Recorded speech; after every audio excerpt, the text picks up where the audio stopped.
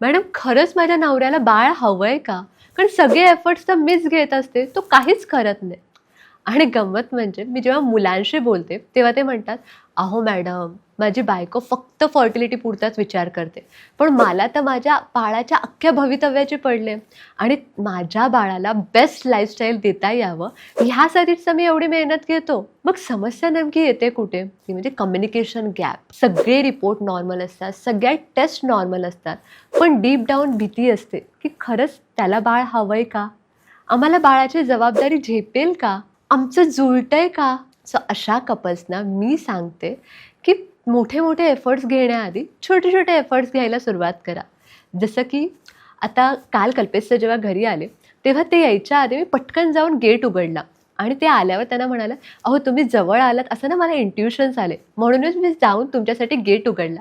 ते खुश झाले. सो हा किती छोटा एफर्ट आहे ना, पण त्यामध्ये प्रेम व्यक्त होतं. जेव्हा आपण अशा छोट्या-छोट्या गोष्टी बोलायला लागतो, एकमेकांचे एफर्ट्स अॅक्नॉलेज करायला लागतो, तेव्हा नात्यामध्ये विश्वास वाढतो आणि एकदा का विश्वास वाढला, की बाळाची जबाबदारीसुद्धा हलकी वाटायला लागते. कारण कधी-कधी समस्या ही फर्टिलिटीमध्ये नसते.